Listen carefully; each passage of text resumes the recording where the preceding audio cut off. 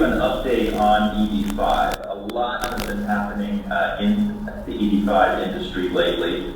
The biggest news is, of course, that the Regional Center program has been extended by the U.S. Congress for 5 years by way of new legislation called the EB-5 Reform and Integrity Act of 2022.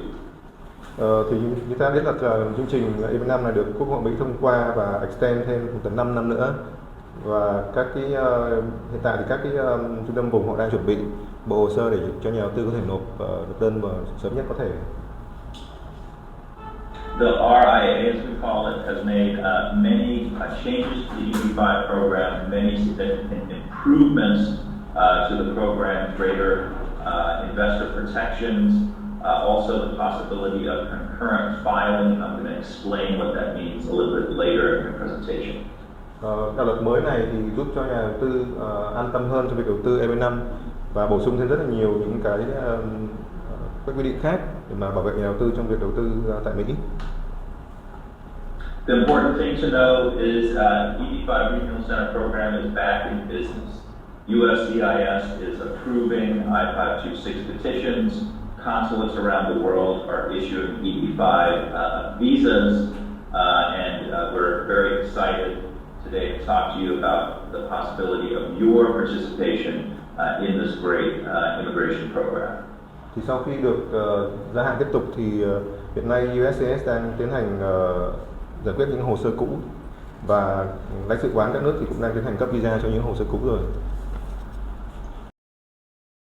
Can surge in EB-5 petitions as soon as USCIS begins to accept new I-526 petitions for a couple of different reasons. First, as you may be aware, the EB-5 program was lapsed for a period of time, and so there's significant pent-up demand because of that. And then, of course, COVID has created incentives for people to seek ways of maximizing their global mobility.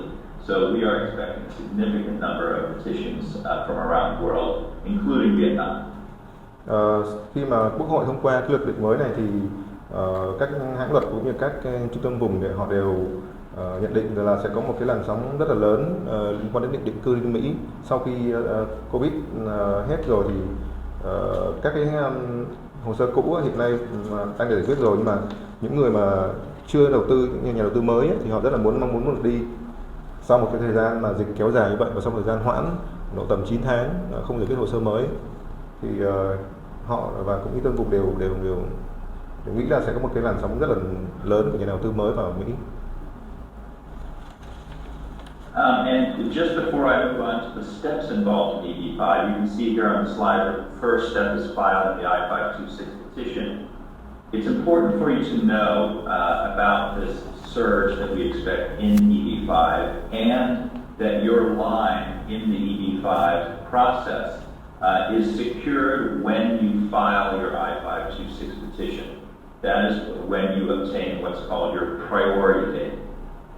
Thì cái việc khi chúng ta nộp hồ sơ và chúng ta nộp tiền đầu tư vào tại Mỹ EB-5 thì chúng ta mới có được cái số và cái mã số hồ sơ, thì lúc đó chúng ta mới được công nhận là nhà đầu tư vào Mỹ. Và cái ngày gọi là cái ngày nộp đơn đó là cái ngày priority date, tức là ngày nộp đơn của đương đơn thì sẽ tính là cái ngày đó và ngày nộp hồ sơ và xét duyệt dựa vào cái ngày đó, thì người nộp đơn trước thì sẽ được xét duyệt trước. Now, Vietnam as a country has in the past had a waiting line for EB-5. Right now, it does not have a waiting line. And so the sooner that you are able to file your I-526 petition, the better your chances are that you avoid any waiting line. Because again, your place in that line is based on when you file your I-526 petition. Trước đây ở Việt Nam thì có cái tình trạng là bị quá tải hồ sơ trong cái lúc mà duyệt xét duyệt visa. Thì hiện nay thì cái lượng hồ sơ đang giảm xuống rất là nhiều vì một cái thời gian chỉ hoãn khá là lâu, khoảng hơn 1 năm. Và họ nghĩ là khi mà các trung tâm vùng họ mở lại để chúng ta nộp đơn được thì sẽ có một cái làn sóng mới đầu tư vào rất là nhiều, và cái việc chúng ta nộp hồ sơ sớm sẽ là một cái lợi điểm lớn cho hồ sơ chúng ta thể xét duyệt sớm nhất có thể. So the steps in the EB-5 process involve first filing an I-526 petition, which principally has information about how you funded your EB-5 investment. The U.S. government wants to make sure that the money you're using to invest in EB-5 has been lawfully obtained. Trong cái đơn năm 26 thì sẽ có một số cái điểm rất là đáng lưu ý về cái khoản tiền chúng ta đầu tư như thế nào, làm sao chúng ta có được số tiền đó để chúng ta đầu tư, và chúng ta phải giải trình rất là chi tiết cho bên sở di trú Mỹ họ biết là chúng ta đã có được nguồn tiền là một cách hợp pháp mang đi đầu tư. The next step is either consular processing at the U.S. consulate in Ho Chi Minh City, or now it's possible because of the new legislation to do something called concurrent filing, where you can adjust your status if you're already in the United States. And on the next slide, I'm going to explain what that process looks like. Sau khi nộp đơn I-526 và được chấp thuận rồi thì chúng ta sẽ chuyển đến bước là đi phỏng vấn ở tại lãnh sự quán. Thì hiện nay họ có một cái luật mới là cái luật cho phép chúng ta chuyển cái diện khi chúng ta đang có mặt ở Mỹ, và cái form đó gọi là form I-485, và luật sư sẽ nói đến cái sang việc này ở trong cái slide sau. And then the final step in the EB-5 immigration process is filing the I-829 petition. So when the consular process is finished, when you enter the U.S. on an immigrant visa and get your conditional permanent resident status, or when your 485 is approved, you get a 2-year green card, and within 90 days of the anniversary of that 2-year green card, you file the I-829 petition to remove the conditions on that green card and get your permanent green card. Sau khi chúng ta được phỏng vấn xong và đi sang Mỹ định cư với thẻ xanh là thẻ xanh 2 năm, thì trước khi hết thẻ xanh 2 năm này, khoảng tầm 90 ngày trước ngày hết hạn, chúng ta sẽ nộp cái đơn là I-829, là gọi là cái đơn này để giúp chúng ta có được thẻ xanh 10 năm. The I-829 petition essentially provides information to the USCIS about the job creation of the project you've invested into. You need to show that your investment has created at least 10 jobs for U.S. workers. And I encourage you to listen closely to Greg's presentation about the job creation projections for the project he's going to talk to you about. Cái điều quan trọng ở trong cái form I-829 này là chúng ta sẽ phải chứng minh cho bên USCIS thấy là chúng ta đã tạo được đủ 10 việc làm trong cái việc đầu tư của mình. Thì cái việc mà chứng minh số lượng việc làm này sẽ phụ thuộc vào bên dự án, và sau khi thì chúng ta sẽ có nghe Greg làm đại diện bên trung tâm vùng GEG, họ sẽ giải thích về cái việc làm của dự án này. Now let me talk a little bit about what concurrent filing is. So again, after it used to be the case that you could only consular process at EB-5, but the new law now allows for something called concurrent filing. What that means is that if you are in the United States already in valid non-immigrant status, for example, if one of your children is studying in the U.S.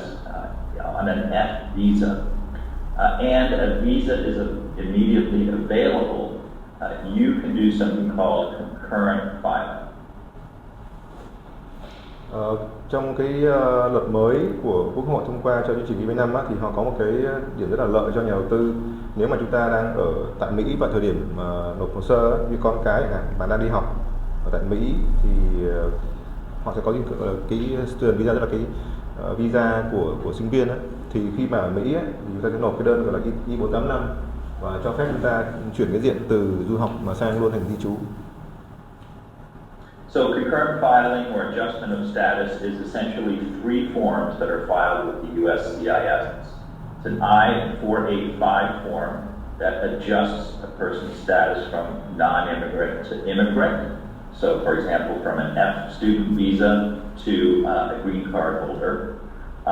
And then it's also an I-131 that grants travel authorization, and I-765 granting work authorization. Cái form 485 thì nghĩa cho chúng ta phép chúng ta chuyển cái diện từ không định cư sang thành định cư.